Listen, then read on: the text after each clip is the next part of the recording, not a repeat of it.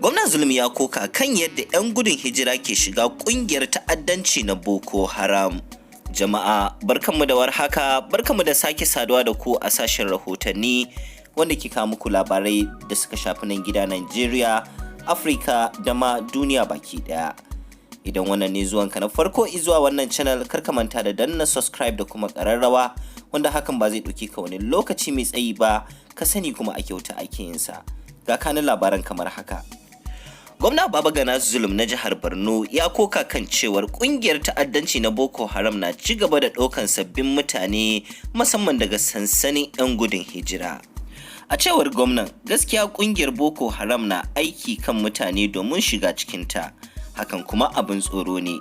Idan 'yan gudun hijira da ke zama a sansani ba su samu abin da suke nema ba, musamman na komawa garuruwansu da kuma gonakinsu, hakan na iya tirsasa su shiga cikin kungiyar ta Boko Haram. Zulum ya yi magana ne a wata hira da ya yi da sashen Hausa na BBC wanda manema labarai suka bibiya a garin Kaduna.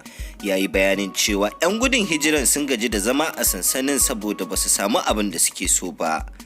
Yana da matuƙar mahimmanci cewa su koma garuruwansu mabambanta saboda gwamnati ba za ta iya ci gaba da ciyar da su ba, in ji shi.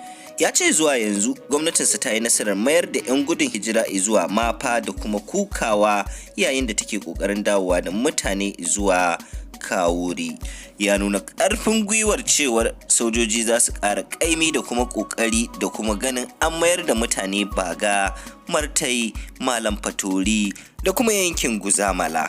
Zulum ya bayyana cewa akwai ci gaba a lamarin tsaro a jihar Borno, amma ya ce har yanzu akwai hatsari domin akwai burbuɗin 'yan Boko Haram a maɓoyansu.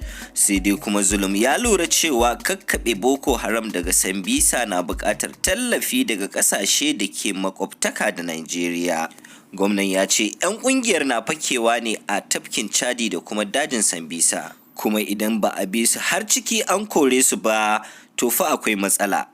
Korarsu daga headquarters ita ce hanya ɗaya kuma tilo na kawo ƙarshen ƙungiyar Boko Haram a yankin arewa maso gabas.